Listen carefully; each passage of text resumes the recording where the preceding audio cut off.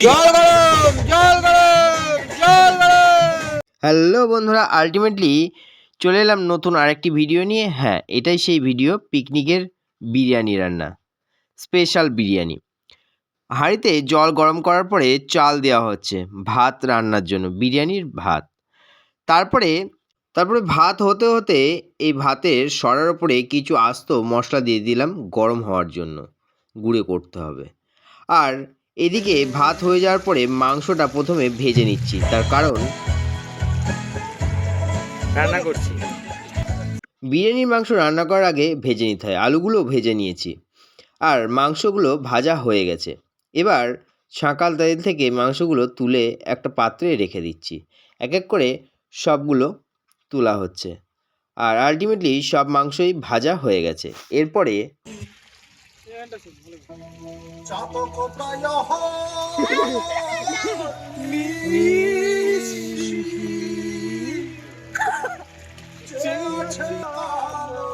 বাকি আর যেটুকু মাংস ছিল সেটুকু এক এক করে ভেজে নিলাম আর মাংসগুলো সব ভাজা কমপ্লিট হয়ে গেছে। তারপরে হাঁড়িটা আবার কড়াই দিলাম এবং তার উপরে তেল দিলাম গরম করার জন্য। বিরিয়ানি বিরিয়ানি চলো চলো বিরিয়ানি। এরপরে হাঁড়িতে তেলটা গরম করা হচ্ছে। তেলটা গরম হয়ে গেলে একে একে সব দেওয়া হবে। তারপরে চলে গেল ঘি। তেল গরম হচ্ছে, গরম হয়ে গেছে, এর মধ্যে ঘি দিয়ে দেওয়া হলো। তারপরে কিছু মশলা, বাটা মশলা, সেগুলো দেওয়া হলো। এবার চিনি দেওয়া হলো।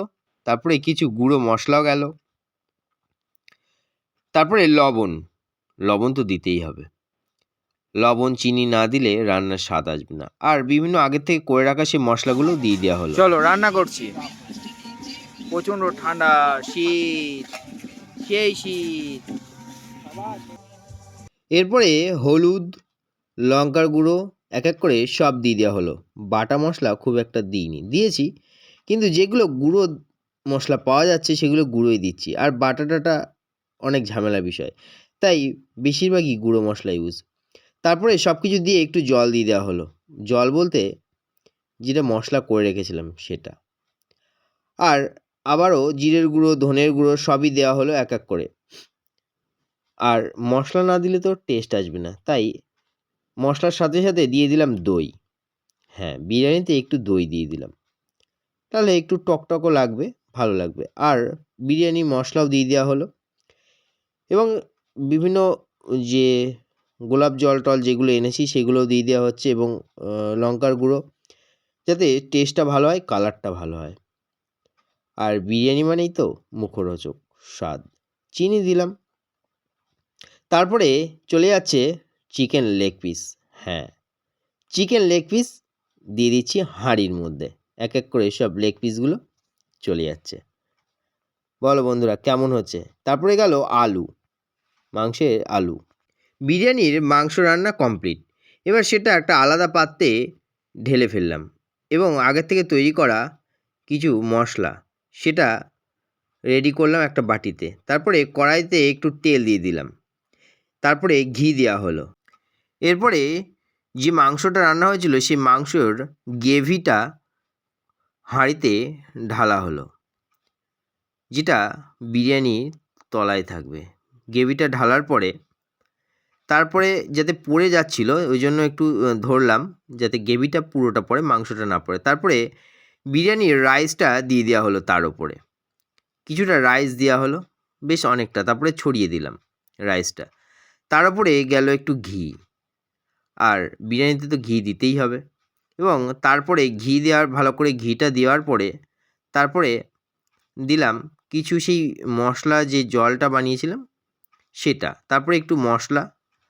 তারপরে যে সেই শুকনো যে আমরা যে হাঁড়িতে, ভাতের হাঁড়ির ওপরে যে শুকিয়েছিলাম, যে মশলাটা মানে শুকনো করেছিলাম আস্ত মশলা, সেটা গুঁড়ো করেছিলাম সেটা দিয়ে দিলাম।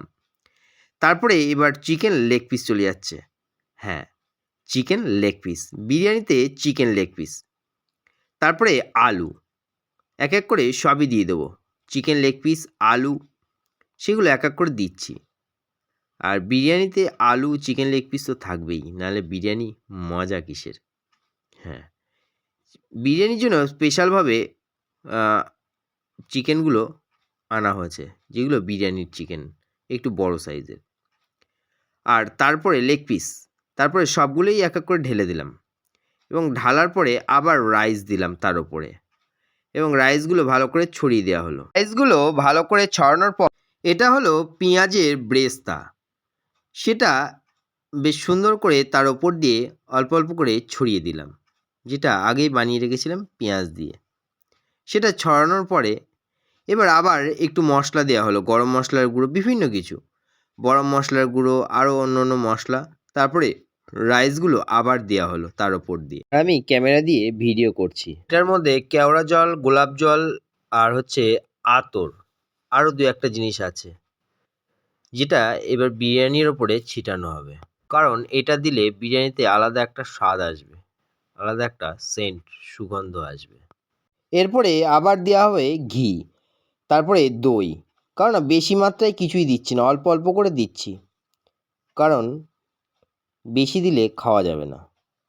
তাই আবার ঘি দেওয়ার পরে, দই দেওয়ার পরে, তারপরে বিরিয়ানিটা এরকম হয়েছে। দেখো হয়েছে তো কি বন্ধুরা?